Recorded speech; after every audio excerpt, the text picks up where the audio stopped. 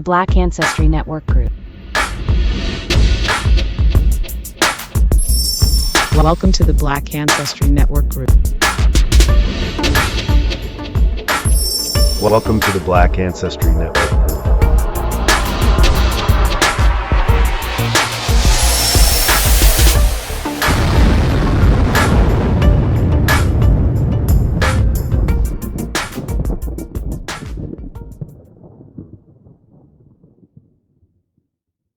Good evening, and welcome to tonight's special report.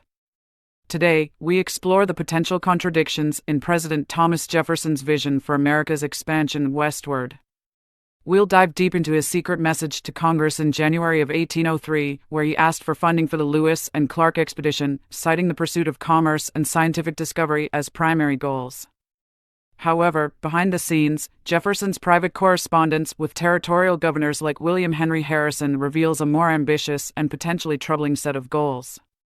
His letter to Harrison, written just a month after his speech to Congress, offers a candid view of the assimilation policies he envisioned for Native American tribes, reflecting a strategic push to expand the young nation's borders through both economic and cultural means.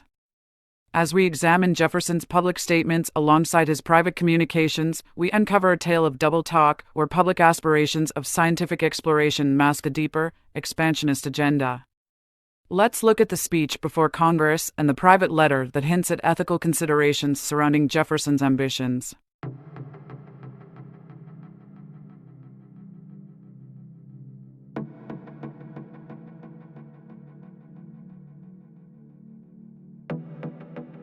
Gentlemen of the Senate and of the House of Representatives. As the continuance of the Act for establishing trading houses with the Indian tribes will be under the consideration of the legislature at its present session, I think it my duty to communicate the views which have guided me in the execution of that Act, in order that you may decide on the policy of continuing it in the present or any other form, or discontinue it altogether, if that shall, on the whole, seem most for the public good. The Indian tribes residing within the limits of the United States have, for a considerable time, been growing more and more uneasy at the constant diminution of the territory they occupy, although affected by their own voluntary sales, and the policy has long been gaining strength with them of refusing absolutely all further sale, on any conditions, insomuch that, at this time, it hazards their friendship, and excites dangerous jealousies and perturbations in their minds to make any overture for the purchase of the smallest portions of their land. A very few tribes only are not yet obstinately in these dispositions. The passage discusses the increasing discontent among Native American tribes regarding the loss of their lands within the United States. Here's a breakdown of the key points. First, the growing unease among the tribes. The tribes have been becoming increasingly uneasy due to the continuous reduction in the land that they control. Reason for cutting back on voluntary sales. Interestingly, the text notes that the reduction in their territory has occurred due to the tribe's own decisions to sell their land. Change in tribal policy. Over time, the tribes have shifted their approach and are now firmly against selling any more of their land under any conditions. Impact of this policy. This staunch refusal to sell land is now a strong policy among the tribes. It poses a risk to their friendly relations with others, and is causing them significant internal stress and suspicion. Consequences of land purchase overtures. Any attempt to negotiate, or even suggest buying even small parts of their land, is now likely to jeopardize their friendship with the United States, and stir dangerous feelings of jealousy which will cause a disturbance among them. The statement illustrates the complex dynamics of land transactions involving Native American tribes, and highlights the significant shift in their attitude towards land sales, reflecting their deepening concerns about preserving their remaining territories. In other words, why won't you sell me what I want? Let's get back to Jefferson's speech to Congress. In order peaceably to counteract this policy of theirs, and to provide an extension of territory which the rapid increase of our numbers will call for, two measures are deemed expedient. First, to encourage them to abandon hunting, to apply to the raising stock, to agriculture and domestic manufacture, and thereby prove to themselves that less land and labor will maintain them in this, better than in their former mode of living. The extensive forests necessary in the hunting life will then become useless, and they will see advantage in exchanging them for the means of improving their farms and of increasing their domestic comforts. Secondly, to multiply trading houses among them and place within their reach those things which will contribute more to their domestic comfort than the possession of extensive but uncultivated wilds. Experience and reflection will develop to them the wisdom of exchanging what they can spare and we want for what we can spare and they want. In leading them to agriculture, to manufactures, and civilization, in bringing together their and our settlements, and in preparing them ultimately to participate in the benefits of our governments, I trust and believe we are acting for their greatest good. At these trading houses we have pursued the principles of the Act of Congress, which directs that the commerce shall be carried on liberally, and requires only that the capital stock shall not be diminished. We consequently undersell private traders, foreign and domestic, drive them from the competition, and thus, with the goodwill of the Indians, rid ourselves of a description of men who are constantly endeavoring to excite in the Indian mind suspicions, fears, and irritations towards us. A letter now enclosed shows the effect of our competition on the operations of the traders, while the Indians, perceiving the advantage of purchasing from us, are soliciting generally our establishment of trading houses among them. In one quarter this is particularly interesting. The legislature, reflecting on the late occurrences on the Mississippi, must be sensible how desirable it is to possess a respectable breadth of country on that river, from our southern limit to the Illinois at least, so that we may present as firm a front on that as on our eastern border. We possess what is below the Yazoo, and can probably acquire a certain breadth from the Illinois and Wabash to the Ohio, but between the Ohio and Yazoo, the country all belongs to the Chickasaws, the most friendly tribe within our limits, but the most decided against the alienation of lands. The portion of their country most important for us is exactly that which they do not inhabit. Their settlements are not on the Mississippi, but in the interior country. They have lately shown a desire to become agricultural, and this leads to the desire of buying implements and comforts. In the strengthening and gratifying of these wants, I see the only prospect of planting on the Mississippi itself, the means of its own safety. Duty has required me to submit these views to the judgment of the legislature, but as their disclosure might embarrass and defeat their effect, they are committed to the special confidence of the two houses. While the extension of the public commerce among the Indian tribes may deprive of that source of profit such of our citizens as are engaged in it, it might be worthy the attention of Congress, in their care of individual as well as of the general interest, to point, in another direction, the enterprise of these citizens, as profitably for themselves, and more usefully for the public. The river Missouri, and the Indians inhabiting it, are not as well known as is rendered desirable by their connection with the Mississippi, and consequently with us. It is, however, understood that the country on that river is inhabited by numerous tribes, who furnish great supplies of furs and peltry to the trade of another nation, carried on in a high latitude, through an infinite number of portages and lakes, shut up by ice through a long season. The commerce on that line could bear no competition with that of the Missouri, traversing a moderate climate, offering according to the best accounts, a continued navigation from its source, and possibly with a single portage, from the Western Ocean, and finding to the Atlantic a choice of channels through the Illinois or Wabash, the Lakes and Hudson, through the Ohio and Susquehanna, or Potomac or James rivers, and through the Tennessee and Savannah rivers.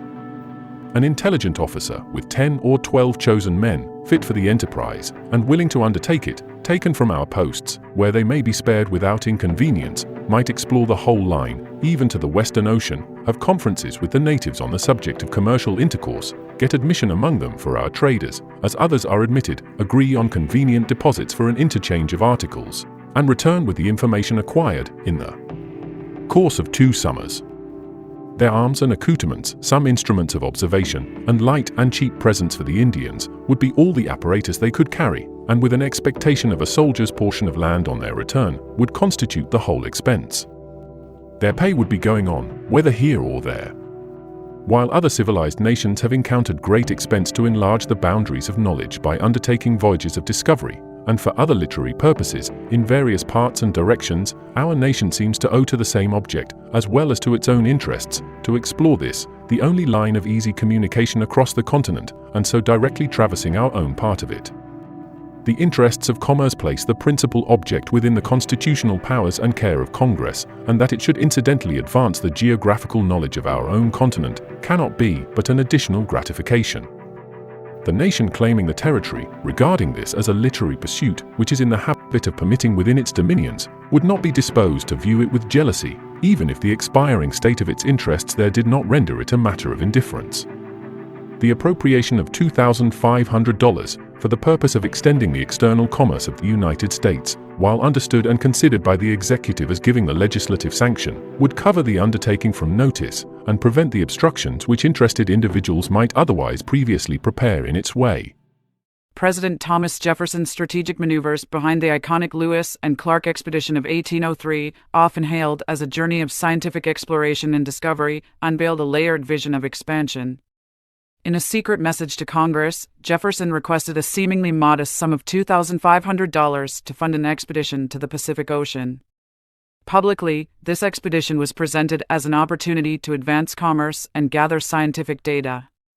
While Jefferson spoke of mapping new trade routes and fostering relationships with Native American tribes, the hidden agenda was not clear. Jefferson envisioned a United States that stretched from sea to shining sea. This ambitious plan not only aimed to secure American interests, but also to lay the groundwork for future acquisitions, notably the vast lands that would come under U.S. control following the Louisiana Purchase. In a letter dated February 27, 1803, President Thomas Jefferson wrote to William Henry Harrison, then serving as governor of the Indiana Territory. The communication reflects Jefferson's concerns and objectives regarding Native American policies in the newly acquired territories following the Louisiana Purchase. He outlined strategies for managing relations with various tribes while emphasizing the importance of peaceful coexistence and the gradual assimilation of Native Americans into the growing United States. This letter offers insight into Jefferson's vision for westward expansion and how he intended to navigate complex relationships with indigenous nations. It also reveals deception. The details about this letter from Thomas Jefferson to William Henry Harrison, we go to Anita Scoop. Anita, what can you tell us about this letter? Thank you, Juana. It's crucial to understand the broader context of President Jefferson's policies toward Native American tribes during his administration. These policies were multifaceted, with the dual objectives of altering traditional lifestyles and integrating tribal economies into the broader American market economy. Let's explore these strategies in more detail. Firstly, the administration aimed to transition Native American tribes from their traditional hunting-based subsistence to more settled forms of economic activities, such as agriculture, livestock raising, and domestic manufacturing. The rationale behind this was straightforward yet ambitious. Demonstrate to the tribes that they could sustain themselves with significantly less land and labor by adopting these new methods. This would not only change their daily lives, but also alter their relationship with the land, moving away from the vast forested territories essential for hunting to more compact, farmable areas.